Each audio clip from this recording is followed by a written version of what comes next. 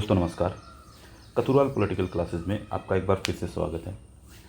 दोस्तों आज हम जो शुरू कर रहे हैं एक नई सीरीज़। इस सीरीज़ स्पेशली पीजीटी के उन बच्चों के लिए है जो पॉलिटिकल साइंस से सब्जेक्टिव नॉलेज टेस्ट देने जा रहे हैं। हम सब जानते हैं कि 14 सितंबर 2024 को पीजीटी पॉलिटिकल साइंस इसका सब्जेक्टिव नॉलेज टेस्ट, ठीक है, सब्जेक्टिव नॉलेज टेस्ट जो है वो होना है। तो इसके लिए कुछ टॉपिक ऐसे हैं जहाँ से हम ये कह सकते हैं कि कोई भी सेक्शन हो, आज तक के जितने भी हम पेपर देखते हैं जो डिस्क्रिप्टिव होते हैं, जो सब्जेक्टिव होते हैं, जो ऑप्शनल या मेंस पेपर होते हैं जिसमें लिखना होता है, उन पेपर में जो है कुछ टॉपिक ऐसे हैं जहाँ पर हमें उन क्वेश्चंस को देखने को मिलता ही है कि उन टॉपिक से क्वेश्चन मिलेगा ही मिलेगा। जैसे कि मैं आपको बता दूं, जैसे यूपीएससी के अंदर है, ठीक है, या फिर आप एचसीएस का मेंस देखते हैं, यूपीपीएससी का मेंस देखते हैं, ठीक है, या आप बीपीएससी देखते हैं, बिहार पब्लिक सर्विस कमीशन, ठीक है, या आरएएस का एग्ज़ाम देखते हैं। इनके जो मेंस होते हैं पॉलिटिकल साइंस के, तो वहाँ पे कुछ टॉपिक्स का आना लगभग तय रहता है। जैसे मैं आपसे बात करूँ कि डेमोक्रेसी का टॉपिक है, डेमोक्रेसी से क्वेश्चन मिलेगा ही मिलेगा आपको, ठीक है। जैसे मैं बात करूँ जस्टिस के ऊपर भी स्पेशली जो है वो रोल्स जो हैं उनका क्वेश्चन ज़्यादा बनता है, ठीक है। जैसे मैं बात करूँ पंचायती राज, ठीक है, पंचायती राज के बारे में,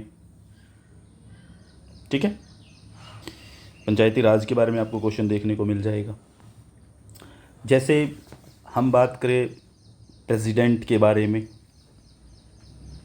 ठीक है, प्रेसिडेंट के बारे में आपको क्वेश्चन देखने को मिल जाएगा, ठीक है। जैसे आप बात करें सुप्रीम कोर्ट के बारे में, सुप्रीम कोर्ट लगा लीजिए या हाई कोर्ट लगा लीजिए, इनके बारे में हम बात करें तो वो आपको देखने को मिल जाएगा। जैसे आप बात करेंगे स्टेट के बारे में, ठीक है, स्टेट किस तरीके का होता है, कई तरीके के स्टेट होते हैं, उनमें से किसी न किसी टाइप का क्वेश्चन आपको देखने को ज़रूर मिल जाएगा। और भी कई सारे ऐसे क्वेश्चन जो बन जाते हैं, जैसे आप कास्ट को लेकर के, कास्ट है, क्लास है, जेंडर है, ठीक है, रिलीजन है,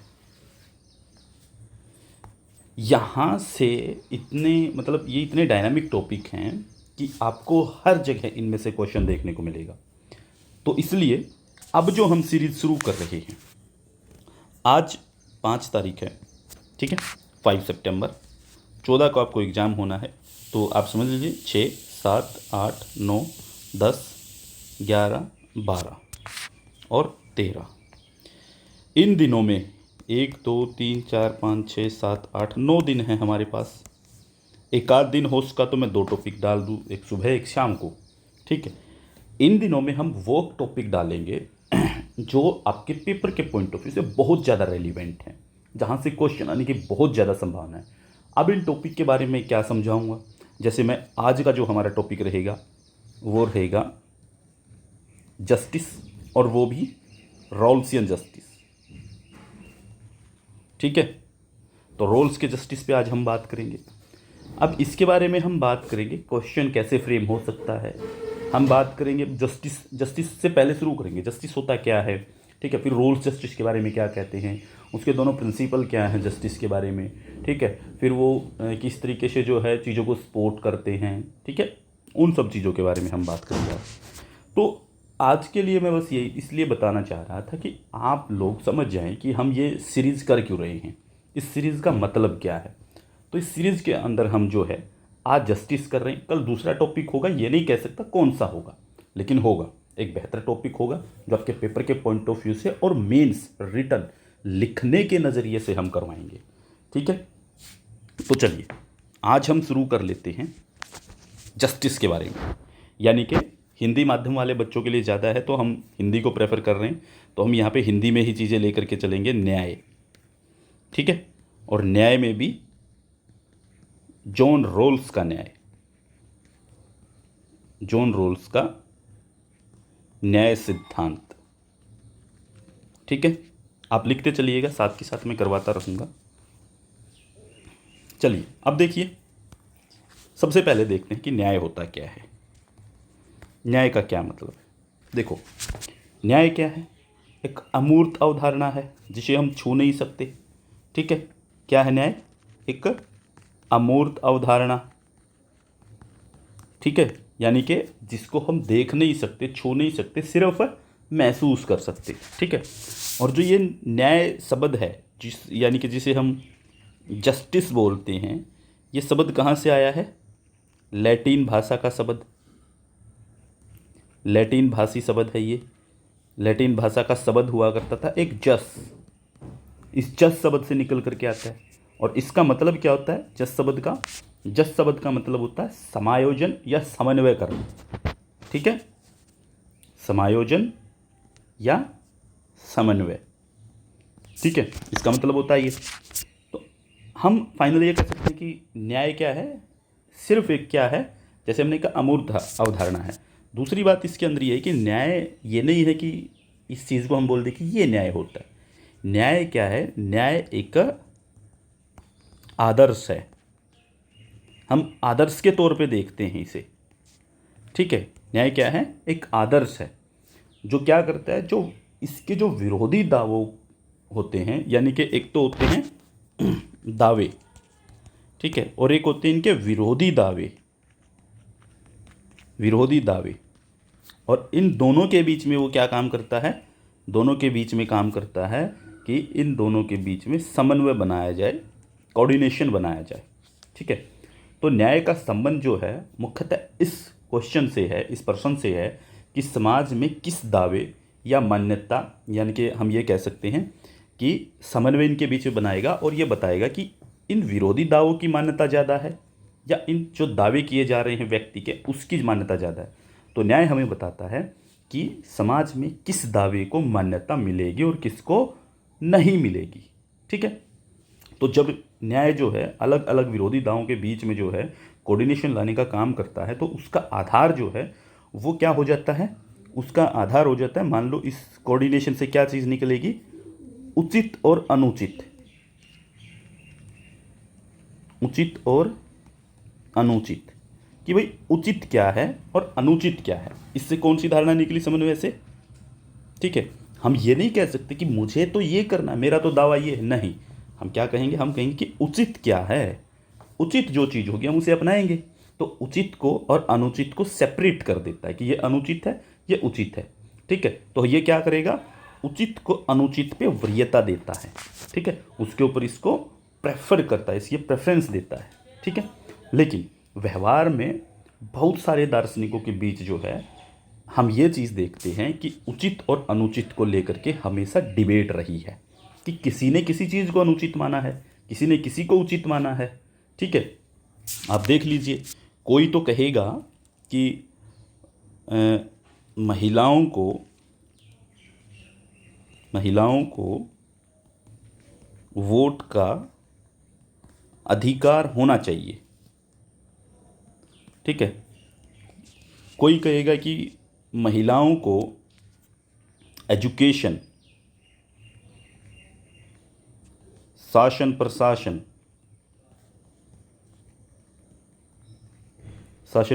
में हिस्सेदारी मिलनी चाहिए, ठीक है,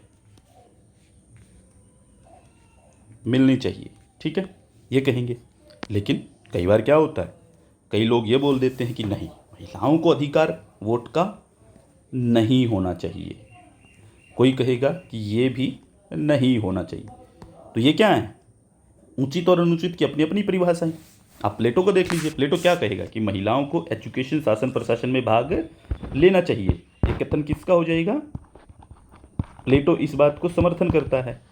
और इस बात का विरोध कौन करेगा?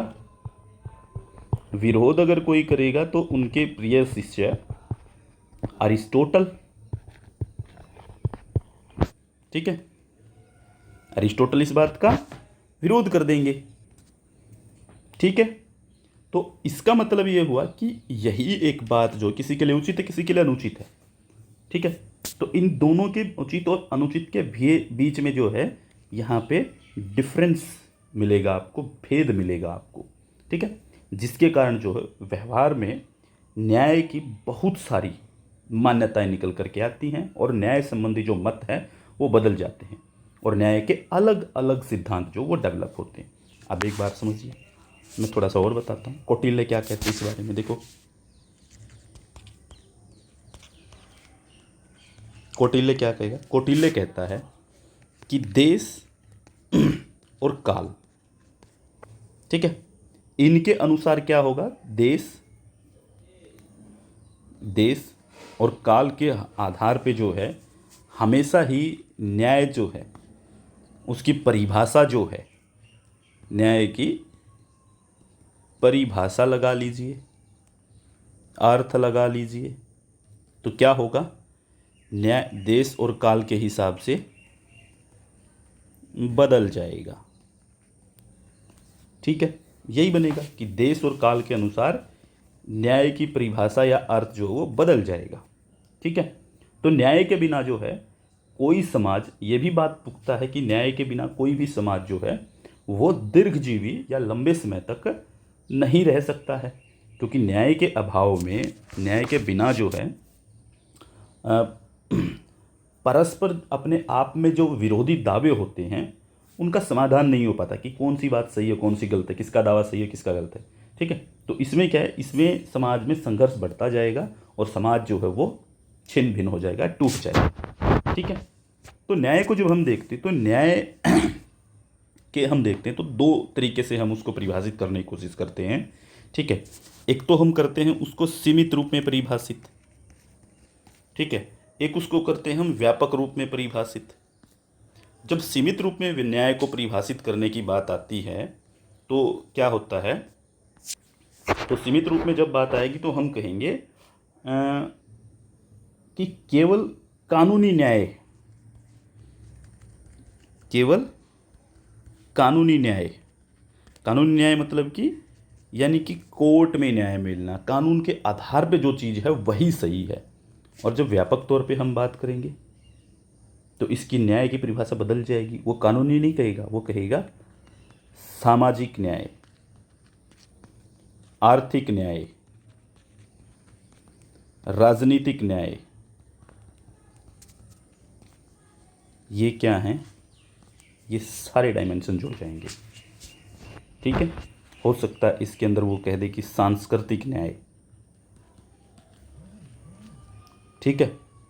तो ये सब चीज़ें जो हैं आपके न्याय की परिभाषा को डिसाइड करती है, ठीक है। तो न्याय जो है क्या हुआ, न्याय एक ऐसा आदर्श है जिससे समाज में प्रत्येक व्यक्ति को उसका उचित स्थान प्रदान करना है। न्याय क्या है, एक ऐसा आदर्श, एक ऐसी आइडियल फॉर्म है जिससे सोसाइटी में प्रत्येक व्यक्ति को उसका सही स्थान देना है, उचित स्थान प्रदान करना है, ठीक है। इस बात को समझ लेना, ठीक। तो हम यहाँ पे जो है न्याय के बारे में इस बात को, इस गतिविधि को हम समझ सकते हैं, ठीक है। देखो एक चीज़ और ध्यान देने की है, हम व्यापक न्याय पे जाते हैं तो यहाँ हम जो है, यहाँ सिर्फ जैसे यहाँ पे क्या करते हैं कि जो न्यायाधीश कहेगा वही न्याय सही है। व्यापक न्याय में हम क्या कहेंगे, हम कहेंगे कि प्रत्येक संस्था से न्याय की अपेक्षा का दावा होगा, यानी कि क्या होगा कि जो प्रत्येक संस्था है समाज की, राज्य की, ठीक है, या आर्थिक कोई संस्था है, उससे क्या होगा, न्याय की अपेक्षा की जाएगी, अपेक्षा या दावा करना, या दावा करना कर लीजिए इसको, दावा करना कि भाई देखो कोई भी संस्था है, चाहे हम जुडिशरी में जाएं, चाहे हम संसद में जाएं, चाहे हम एग्जीक्यूटिव कार्यपालिका के अंदर जॉब के लिए हम देखें, ठीक है, उसमें भी हम न्याय की उम्मीद करेंगे कि हमारे साथ न्याय हो। ठीक है, तो अब हम समझते हैं ये सॉरी, थोड़ा सा गला खराब है। अब हम ये कह सकते हैं कि हमें न्याय थोड़ा थोड़ा क्लियर है, न्याय के बारे में हम क्या कह सकते हैं, क्या सुन सकते हैं। ठीक है, अब थोड़ा सा देखिए, हम जॉन रोल्स की तरफ बढ़ते हैं। ठीक, देखो जॉन रोल्स को समझते हुए हम ये नहीं कह सकते कि हम कंप्लीट कर पाएंगे इस वीडियो में। अगर नहीं कर पाए तो हम नेक्स्ट वीडियो में कंप्लीट कर देंगे इसे, कि जॉन रोल्स की जस्टिस की थ्योरी बहुत लंबी थ्योरी है। ठीक है, तो जॉन रोल्स का न्याय का सिद्धांत देखिए, देखिए लिख लीजिए, जॉन रोल्स का न्याय का सिद्धांत। ठीक है, ये हो गया। अब देखिए, पहली चीज़ देखिए, जॉन रोल्स के न्याय के सिद्धांत जो है, उनकी पहली चीज़ है कि न्याय निष्पक्षता के रूप में, न्याय निष्पक्षता के रूप में। ठीक है, इसके इसके लिए वो ऐसे लिखा था, ये यही उनका है कि जस्टिस एज फेयरनेस, ये ऐसे लिखा उन्होंने। कब लिखा था? 1958 में। ठीक है, इसी को डेवलप किया इन्होंने बाद में, दूसरे नंबर पे इसी को डेवलप करते हैं, इसी को आगे बढ़ाते हैं और उसको लिखते हैं कि न्याय का सिद्धांत, न्याय का सिद्धांत, यानी कि ए theory of justice, theory of justice. ये उनके किताब आती है 1971 में। ठीक है, ये क्या था? ये उनका एक आर्टिकल था, ये ऐसे था एक। ठीक है, तो ऐसे लिखा, उसके बाद क्या लिखा? उसके बाद लिखा है थ्योरी ऑफ जस्टिस, किताब लिखी, इसी को आगे बढ़ाते हुए। ठीक है, जो जॉन रोल्स ने क्या किया, अपने न्याय की जो शुरुआत करता है, वो इस किताब की जो शुरुआत होती है इसी से समझते हैं। सबसे पहले वो पकड़ता है बेंथम को। ठीक है, बेंथम को पकड़ता है। बेंथम का कौन सा न्याय था? उपयोगितावादी न्याय। ठीक है, तो बेंथम का उपयोगितावादी न्याय, इसको पढ़ता है, इसको देखता है, और इस उपयोगितावादी न्याय को जो वो पढ़ता है और देखता है, तो इस उपयोगितावादी न्याय की वो आलोचना करता है। ठीक है, आलोचना करता है। अब देखो, बेंथम का उपयोगितावादी न्याय क्या है, आलोचना क्यों कर रहा है? देखो, न्याय ये कहता है कि अधिकतम व्यक्ति, अधिकतम व्यक्तियों का अधिकतम सुख ही न्याय का आधार है। अब देखो ये क्या कह रहा है? बेंथम कहना चाह रहा है कि ज़्यादा से ज़्यादा लोग होंगे, ज़्यादा लोगों के लिए अगर हम खुशी ढूंढते हैं तो हम क्या करेंगे? उसे न्याय कहेंगे। मान लो 100 लोग हैं, तो ये कहता है कि 100 में से अगर 51 लोग किसी चीज़ से खुश हैं, तो इसका मतलब ये 51 लोगों के लिए न्याय है। और 49 लोग अगर कहते कि, वो कहेगा कि ये अल्पमत में है, ये बहुमत में, हम ज़्यादा लोगों की बात करें, ज़्यादा लोग किसी चीज़ से खुश हैं तो हम बहुमत की बात करेंगे, बहुमत में जो लोग खुश हैं उनके लिए न्याय होगा। बात तो बिल्कुल ठीक है कि भाई ज़्यादा लोगों की खुशी देखेंगे हम, ऐसा तो नहीं कर सकते कि कुछ लोगों के लिए हम कुछ कर सकें। ठीक है, लेकिन बात को समझिए, इसी चीज़ की आलोचना करता है जॉन रोल्स। क्या कहता है? जॉन रोल्स कहता है कि ये जो बात है, ये जो उपयोगितावादी न्याय है, ये अनएथिकल है, ये अनैतिक है। क्या है ये अनैतिक है। ठीक है, क्योंकि ये जो है, ये जो न्याय है, ये केवल किसकी बात कर रहा है? ये सिर्फ बहुमत की बात कर रहा है। और इस बहुमत के सहारे जो है कि बहुमत के हितों की बात कर रहा है, बहुमत के हित लिख लीजिए कि बहुमत के हितों में जो होगा उनके लिए सही है। लेकिन अल्पमत जो है, अल्पमत में जो लोग, माइनॉरिटीज जो हैं, उनके हितों की, अल्पमत या अल्पसंख्यक कह लीजिए, अल्पसंख्यक के हितों की उपेक्षा यानी कि उनको इग्नोर कर रहा है। ठीक है, तो रोल्स ये मानते हैं कि बेंथम का सिद्धांत समाज के कुछ व्यक्तियों को तो खुश कर सकता है, ठीक है, यानी कि बहुमत वाले व्यक्ति जो उनको खुश कर सकता है, लेकिन जो व्यक्ति अल्पसंख्यक हैं उनको बेहतर जीवन से वंचित कर देगा। यही न्याय जो है बेहतर जीवन से वंचित कर देगा। किसे? जो अल्पमत में है। ठीक है, तो रोल्स ने क्या किया, इसकी आलोचना करते हुए फिर कहता है कि ये गलत है और ठीक क्या है, ठीक की तरफ जाता है वो। अब वो जो है नई धारणा अपना लेता है यहाँ पे, और नई धारणा क्या होती है उसकी? आदर्शवादी व्यक्ति थे एक, इमैनुअल कांट। इमैनुअल कांट के बारे में सुना होगा, इमैनुअल कांट। ठीक है,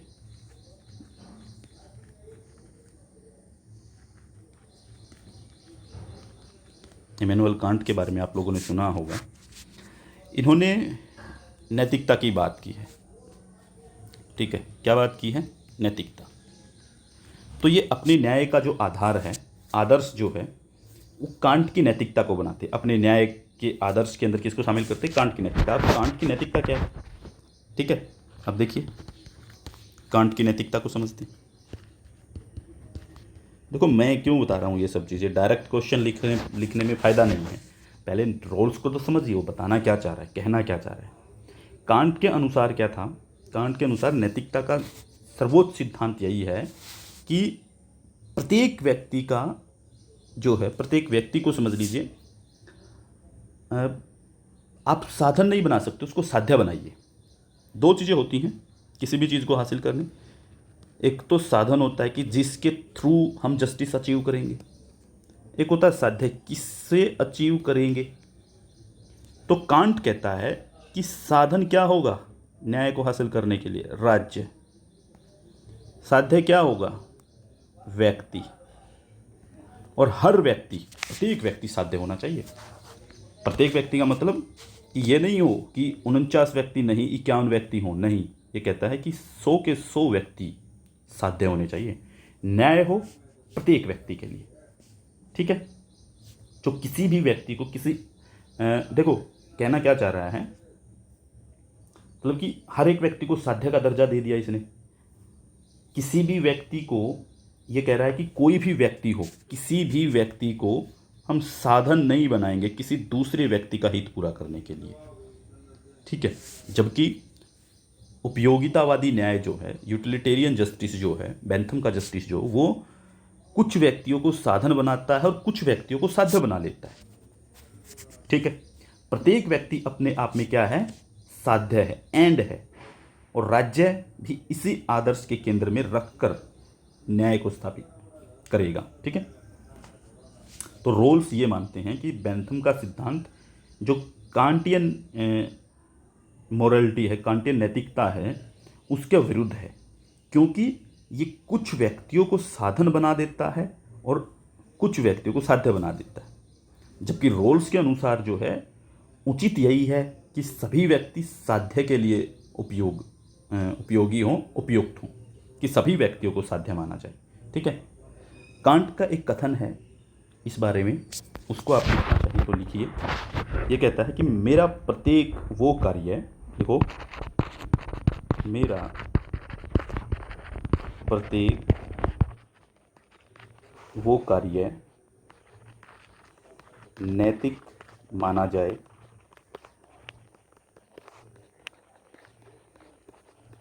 जिसमें मैं व्यक्ति को साधन के रूप में प्रयोग में नहीं लाता। ठीक है, किसने कहा ये? इमैनुअल कांट ने। इस बात को ध्यान रख लेना। ठीक, इन्होंने ये बात बोली, तो इस चीज़ को ध्यान रखना कि इसी पूरे के अंदर ना कांट का जो न्याय है वो समाया हुआ है। ठीक है, कैसा न्याय है? नैतिक न्याय है। ठीक है, व्यक्ति को क्या है? व्यक्ति को साधन मानने से मना करता है। तो क्या मानता है?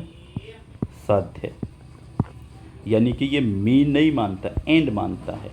ठीक है, इसका मतलब क्या है, मीन, और इसका मतलब क्या है, एंड, कि इसके द्वारा जो है ये चीज़ हासिल की जाती है। तो ये कहता है कि व्यक्ति के द्वारा व्यक्ति हासिल नहीं होगा। ये कहता है मीन क्या होना चाहिए, राज्य, एंड क्या होना चाहिए, व्यक्ति।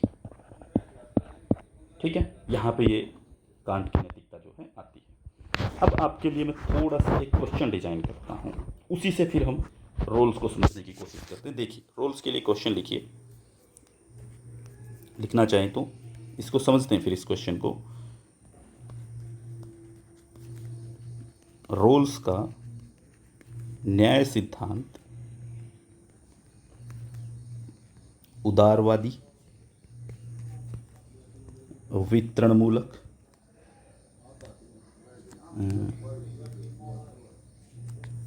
जस्ट 1 सेकेंड,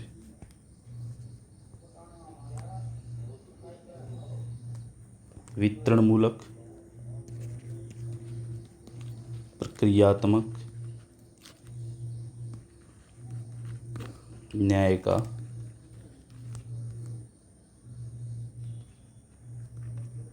सिद्धांत है। ये हमारा क्वेश्चन बन गया। ये पेपर के पॉइंट ऑफ व्यू से क्वेश्चन बन गया। क्या पूछा है पेपर में, अटेम्प्ट करते हुए ध्यान रखिए, क्या पूछा है, रोल्स, और क्या पूछा है, न्याय। क्या है, उदारवादी, वितरणमूलक, प्रक्रिया। ठीक है, ये बताना है कि रोल्स का जो न्याय है वो उदारवादी है, वितरणमूलक और प्रक्रियात्मक है। ये आपको बताना है। कैसे है ये समझते हैं। लिखना कैसे है, सबसे पहले क्या करना पड़ेगा आपको, इंट्रोडक्शन लिखना है। इंट्रोडक्शन में कैसे क्या करेंगे, इंट्रोडक्शन में आपको लिखना है रोल्स न्याय के बारे में, वो कहाँ पे लेके जाता है। ठीक है, और वो क्या, जो हमने ऊपर डिस्कशन किया है, जितना भी ये जितना डिस्कशन किया इसके बारे में यहाँ से निकाल करके लिखिए। ठीक है, अब देखिए इसके अंदर फिर आपको क्या करना है, जैसे ही ये बात खत्म होती है इसके तुरंत बाद आपको क्या करना है, तो करना क्या है आपको, देखिए इंट्रोडक्शन लिखने के बाद में जो है आपको ये उदारवादी, वितरणमूलक और प्रक्रियात्मक के तीनों लिखने हैं। ठीक है, इन तीनों को लिखने के बाद जो है आप फाइनली तौर पे क्या लिखेंगे, कंक्लूजन। कंक्लूजन आप लिख देंगे। ठीक है, वैसे ही प्रश्न खत्म। टोटल कितना होना चाहिए, जैसे अब आप लिखना चाहें तो जैसे इसके बारे में, इंट्रोडक्शन के बारे में लिखें तो 60 शब्द लिखिए, 50 शब्द लिखिए, 50 शब्द लिखिए, 50 शब्द लिखिए, 30 शब्द लिखिए, बस खत्म कहानी। तो इतने शब्दों में आपको इसको अटेम्प्ट करना है। अब हम अपनी बात करते हैं, अब हम इस क्वेश्चन को फ्रेम करने की कोशिश करते हैं, ये कैसे इसको हम बना सकते हैं। देखो पहले मैं आपको, देखो मैं लिखवा नहीं रहा, मैं समझा रहा हूँ चीज़ों को। देखो आपको तीनों चीज़ें कैसे समझनी है, पहले आपको ये पता होना चाहिए उदारवादी क्या होता है। ठीक है, मैं समझा रहा हूँ, क्वेश्चन में लिखने वाली बात नहीं कह रहा मैं कह रहा हूँ कि उदारवादी क्या होता है। देखो उदारवादी क्या होता है, और वितरण मूलक क्या होता है, और साथ में प्रक्रियात्मक क्या होता है। ये तीन चीज़ें पूछी है ना इसने, पहले इन तीन चीज़ों को समझते हैं ये क्या होती हैं, उसके बाद समझते हैं कि रोल्स वाले क्वेश्चन में क्या आएगा। देखो उदारवाद की मान्यताएं क्या हैं, इसकी मान्यताएं हैं कि सबसे पहले तो ये क्या करेगा, कैपिटलिज्म, यानी कि पूंजीवाद को सपोर्ट करता होगा। दूसरा प्राइवेट प्रॉपर्टी, ठीक है। तीसरा क्या करेगा ये, लिबर्टी, यानी कि स्वतंत्रता की बात करेगा। चौथा क्या होगा, सोशलिस्ट नहीं होगा, ठीक है, सोशलिस्ट जो है नहीं होगा। और पांचवा क्या होगा, मार्केट को सपोर्ट करेगा, ठीक है, यानी कि बाजारवादी उस चीज़ को सपोर्ट करेगा। ये मान्यताएं किसकी हैं, उदारवादी होने की। वितरण मूलक में क्या कहेगा, वितरण का मतलब होता है डिस्ट्रीब्यूट करना, बांटना, आवंटन करना, एक मतलब कि सबके अंदर बांट देना। और क्या चीज़ बांटने की बात कर रहे हैं, वस्तु, संसाधन, ठीक है, इन चीज़ों को डिस्ट्रीब्यूट करें। दूसरा न्याय, न्याय को डिस्ट्रीब्यूट करना है। ठीक है, न्याय यानी कि कानूनी वितरण मूलक होना चाहिए, कानूनी, कानून के अनुसार वितरण होगा, न्याय कानूनी वितरण से होगा। और तीसरा सामाजिक, आर्थिक और राजनीतिक न्याय की बात होगी। कानूनी तौर पे सामाजिक, आर्थिक, राजनीतिक न्याय का डिस्ट्रीब्यूशन किया जाए। ये वितरण मूलक। प्रक्रियात्मक न्याय क्या होता है? प्रक्रियात्मक कैसे होता है? देखो, प्रक्रियात्मक का मतलब होता है एक प्रक्रिया होना। ठीक है, यानी कि एक प्रोसीजर होगा जिसके लिए क्या होंगे। प्रक्रिया का मतलब क्या होता है? प्रक्रिया का मतलब होता है नियमों के अनुसार, यानी कि नियम होने चाहिए। दूसरी चीज मेरिट बेस्ड चीजें होती हैं। मेरिट होती है यानी कि आप यहां पे मेरिट को प्राथमिकता देंगे। ठीक है, मेरिट का मतलब जो योग्य है पहले वो, कुछ भी हो जाए। ठीक है, तो प्रक्रियात्मक ये होगा। अब देखो, न्याय दो तरीके से होता है, न्याय दो तरीके का दिखाई देता है, कभी भी देखेंगे तो आप। एक हमने बात की है कि प्रक्रियात्मक, और दूसरा एक होता है तात्विक। प्रक्रियात्मक और तात्विक, दो तरीके की न्याय की बात हो गई। प्रक्रियात्मक में क्या होता है? सबसे पहले डिसाइड होती है कि प्रक्रिया के आधार पे न्याय होगा। क्या होगा? कि प्रक्रिया के आधार पे, कि हम एक प्रक्रिया बनाएंगे, उस प्रक्रिया के आधार पे न्याय दिया जाएगा। ठीक है, और दूसरा होगा योग्यता के आधार पे, मेरिट बेस। ठीक है, योग्यता के आधार पे। तीसरा होगा नियमों के आधार पे, नियमों के आधार पे। भाई देखो, हमने एक प्रक्रिया बनाई है। ठीक है, उस प्रक्रिया में हमने कहा कि भी हमने योग्यता को प्राथमिकता दी है, और योग्यता के नियम बनाए कि योग्यता को प्राथमिकता हम कैसे देंगे, वो नियम हम डिसाइड करेंगे।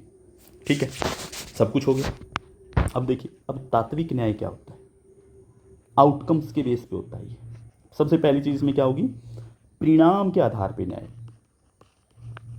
परिणाम के आधार पर, परिणाम के आधार पर का मतलब क्या है? जैसे इसमें प्रक्रिया थी, प्रोसीजर था, इसमें परिणाम होगा। परिणाम मतलब यहां तो आपने प्रक्रिया डिसाइड की, लेकिन यहां पे क्या कहेंगे? भाई देखो, प्रक्रिया बाद में बनाना, पहले ये तो देखो कि व्यक्ति समाज में किस वर्ग से आता है। क्या वो व्यक्ति सामाजिक तौर पे पिछड़ा हुआ है? क्या वो व्यक्ति आर्थिक तौर पर पिछड़ा हुआ है? क्या वो शैक्षणिक तौर पर पिछड़ा हुआ है? क्या वो राजनीतिक तौर पर पिछड़ा हुआ है? ठीक है, अगर वो इन सब से पिछड़ा हुआ है तो पहले हम इस आउटकम को फुलफिल करें, इसके आधार पे देखेंगे। ठीक है, आप योग्यता को मत देखिए। कोई व्यक्ति पहले से ही शैक्षणिक तौर पे बहुत पढ़ा लिखा परिवार चल रहा है, ठीक है, बाय द वे बहुत ही सामाजिक तौर पे अगड़ा परिवार है, ठीक है, उसके साथ सामाजिक कोई भेदभाव नहीं हुआ, जबकि किसी के साथ सामाजिक भेदभाव रहा है और उस भेदभाव के कारण जो वो पीछे छूट गए, तो अब जो है उसको आगे निकालने के लिए आप ये नहीं कह सकते कि सिर्फ योग्यता को ही आधार बनाएंगे। योग्यता कन्फर्म है, सीधी सी बात है, जो सामाजिक आधार पे आगे बढ़ा हुआ व्यक्ति है, सामाजिक आर्थिक तौर पे जो बढ़ा हुआ व्यक्ति है, वो योग्य ज़्यादा होगा क्योंकि वो अच्छी पढ़ाई की होगी, अच्छे तरीके से उसने माहौल मिला होगा। जबकि अगर किसी मजदूर का बच्चा है जो सामाजिक तौर पे पिछड़ा हुआ है, जो राजनीतिक तौर आर्थिक तौर पे पिछड़ा हुआ है, उसको वो माहौल नहीं मिलेगा तो वैसी पढ़ाई भी नहीं कर पाएगा, तो वैसे ही पिछड़ा हुआ है। तो योग्यता के आधार पे बराबर नहीं हुआ, तो यहाँ पे क्या होगा? योग्यता को आधार नहीं बनाया जाएगा। ठीक है, योग्यता आधार नहीं। ठीक है, तीसरी चीज, और इसके अंदर क्या होगा? योग्यता नहीं होगी तो क्या होगा? आवश्यकता, आवश्यकता आधार बनेगी। ठीक है, आवश्यकता जो वो आधार मानी जाएगी। ठीक है, अब देखो बता दिया ना हमने कि आवश्यकता क्या है, किसकी क्या है। तीसरी चीज क्या होगी इसमें? तीसरी देखते हैं कि व्यक्ति की जो हैं वो सामाजिक, आर्थिक और राजनीतिक इस स्थिति को ध्यान में रखा जाएगा कि भी व्यक्ति सामाजिक तौर पे पिछड़ा है, आर्थिक तौर पे पिछड़ा है, राजनीतिक तौर पे पिछड़ा है, या व्यक्ति सामाजिक तौर पे अगड़ा है, आर्थिक तौर पे अगड़ा है, राजनीतिक तौर पे अगड़ा है। तो क्या करेंगे? इसके आधार पे न्याय डिसाइड करेंगे और इसी से शुरू होती है आरक्षण की व्यवस्था। तो भारत में कैसा न्याय है? आपसे कोई पूछे, तात्विक न्याय।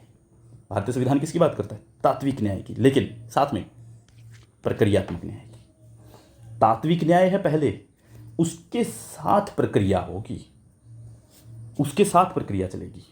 ठीक है, इसीलिए रोल्स जो है वो न्यायपूर्ण प्रक्रिया के समर्थक थे। वो निष्पक्षता का समर्थन करते हैं, तटस्थता का नहीं करते। तो रोल्स क्या करते हैं? अब देखिए, लिख लीजिए, रोल्स क्या करते हैं? न्यायपूर्ण प्रक्रिया, इसका समर्थन करते हैं। दूसरी चीज, निष्पक्षता का समर्थन, निष्पक्ष भाव होना चाहिए। ठीक है। तीसरी चीज, तटस्थता का नहीं,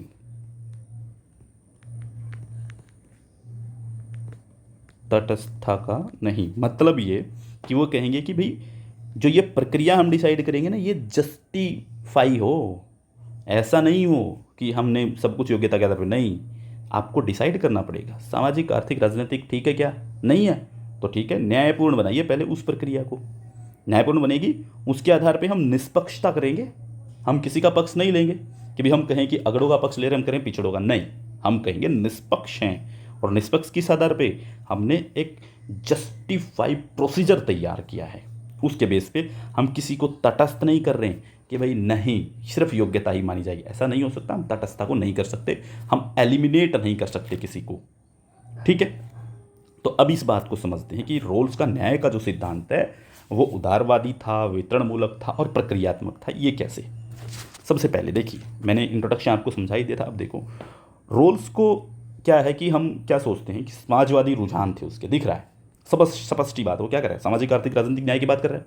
क्या कर रहा है? आरक्षण की व्यवस्था की बात हो रही है। वो कह रहा है परिणाम के आधार पे आउटकम्स होने चाहिए, इसी के आधार पे प्रक्रिया बनेगी। ठीक है, रोल्स यही बात कर रहा है, न्यायपूर्ण प्रक्रिया की।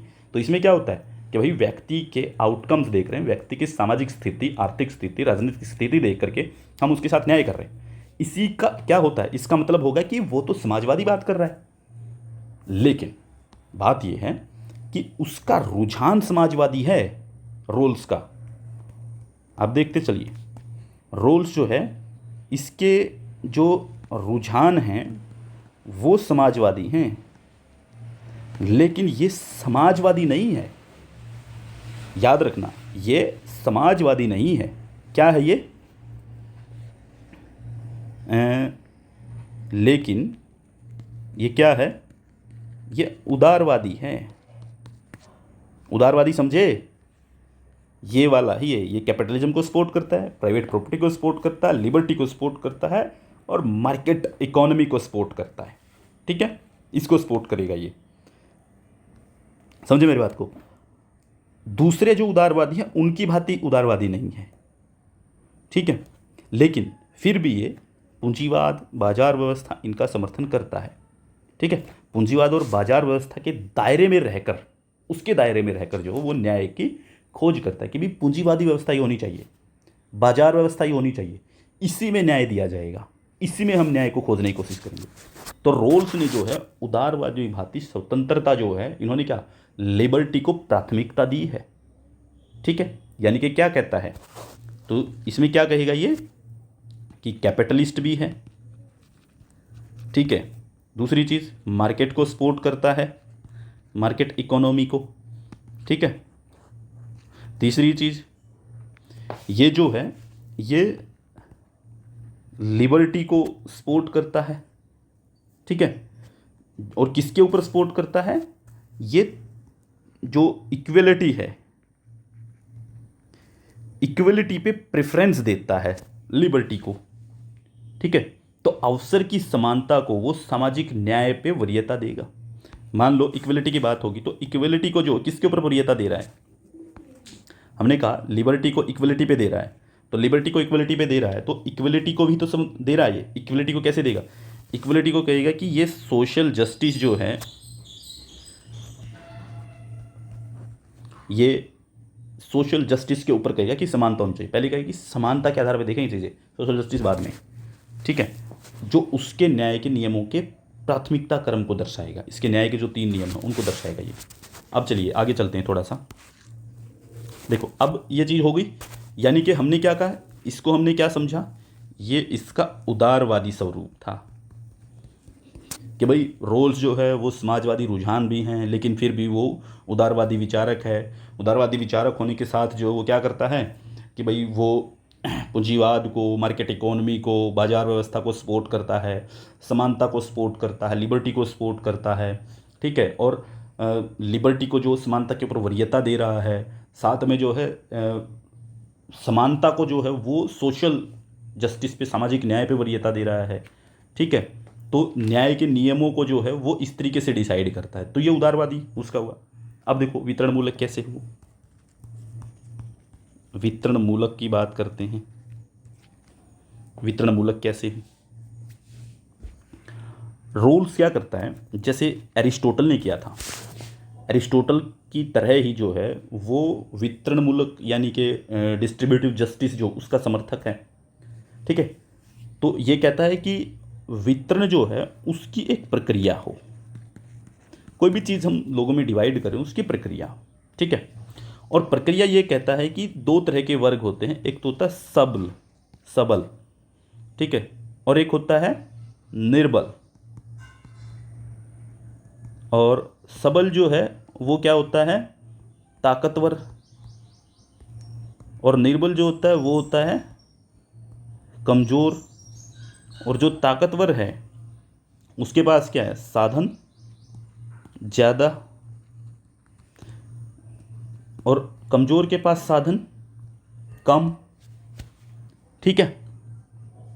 तो ये कहता है कि अब जो हमें प्रक्रिया डिसाइड करनी है, एरिस्टोटल क्या करता था, एरिस्टोटल कहता था इनके पक्ष में बात, यानी कि एरिस्टोटल इसके इसके इसके पक्ष में कौन करेगा, एरिस्टोटल, और इसके पक्ष में कौन आएगा, रोल्स। जॉन रोल्स जो है वो किसके पक्ष में, निर्बल के पक्ष में बात कर रहा है कि प्रक्रिया यहाँ पे होनी चाहिए, ठीक है। यानी कि वंचित वर्ग जो है, ये जो वंचित वर्ग है, ये जो वंचित रहा है, इसको ज़्यादा प्राथमिकता मिलेगी, इसको तरजीह दिए। तो रोल्स के अनुसार न्याय का मुख्य कार्य क्या है, मुख्य कार्य है वितरण मूलक में ही कि भी देखो ये कह रहा है कि न्याय क्या काम करेगा, सीधी सी चीज़ डिवाइड हो गई कि वो वितरण का काम करता है, ठीक है। वितरण कैसे, किन चीज़ों का, सामाजिक यानी कि प्राथमिक सामाजिक वस्तुएं, हम ये कह सकते हैं प्राथमिक सामाजिक वस्तुएं। प्राथमिक सामाजिक वस्तुएं कैसे, कौन सी चीज़ होती है प्राथमिक सामाजिक वस्तुओं में, यानी कि प्राइमरी सोशल गुड्स कौन सी होती है। जैसे समाज में हम नॉर्मली क्या चीज़ देखते हैं, धन संपदा, धन संपत्ति, ठीक है, सरकारी पद, अवसर, स्वतंत्रताएं,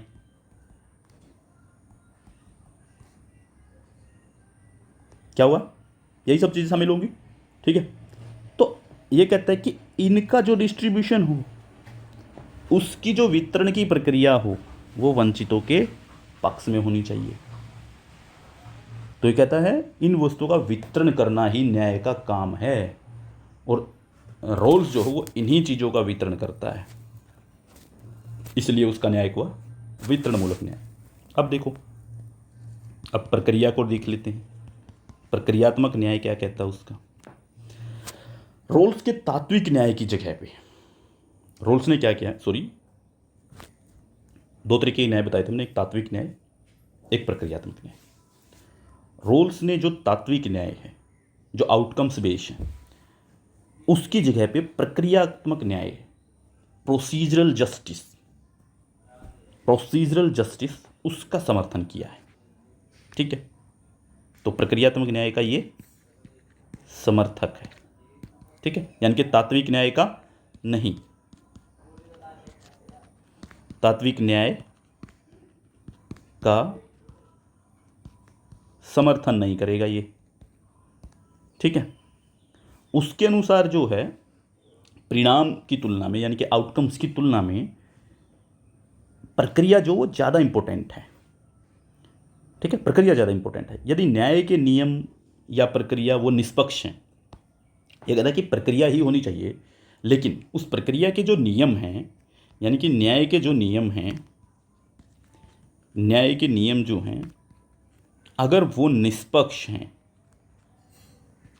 न्याय के नियम जो वो निष्पक्ष होने चाहिए, अगर वो निष्पक्ष हैं, ठीक है,